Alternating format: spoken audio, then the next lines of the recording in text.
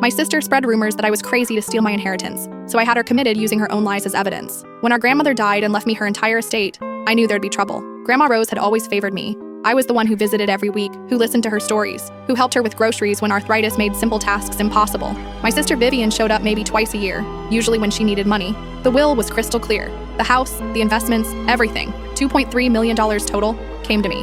Vivian got a small jewelry collection worth maybe $10,000. At first, she tried the legal route, contested the will, claiming Grandma wasn't mentally competent. When that failed because I had 3 years of medical records proving Grandma's sharp mind, Vivian switched tactics. She started telling people I was losing it. It began subtly. At the grocery store, she'd mentioned to longtime family friends how worried she was about my episodes. At church, she'd whisper about finding me talking to myself in Grandma's empty house. She told our cousin I'd been making paranoid phone calls about people watching me. The stories grew more elaborate. I was supposedly hiding money in the walls, convinced the government was tracking my spending. She claimed I'd accused the mailman of stealing letters and had threatened to call the police on innocent neighbors.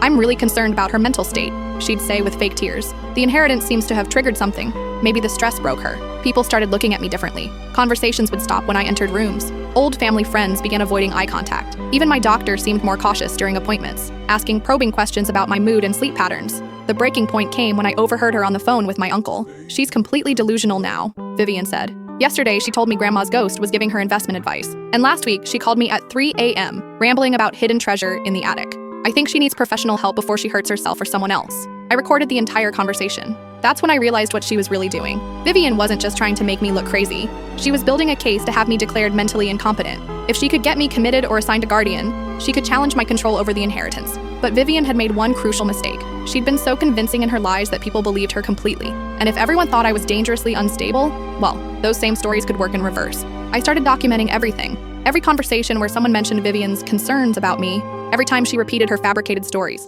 I recorded phone calls and saved text messages where she described my supposed breakdown in vivid detail. Then I did some research into involuntary commitment laws. 3 weeks later, I called 911 from Vivian's apartment, sobbing hysterically. "Please help," I begged. My sister is having a complete psychotic break. She's been living in this delusional fantasy where she thinks our dead grandmother is haunting me. She's convinced I'm having conversations with ghosts and hiding money in walls. She called me 50 times yesterday, rambling about government conspiracies and threatened to hurt our mailman. I'm terrified she's going to hurt herself or someone else. I couldn't fit what happens next in this short video. Watch the rest down below.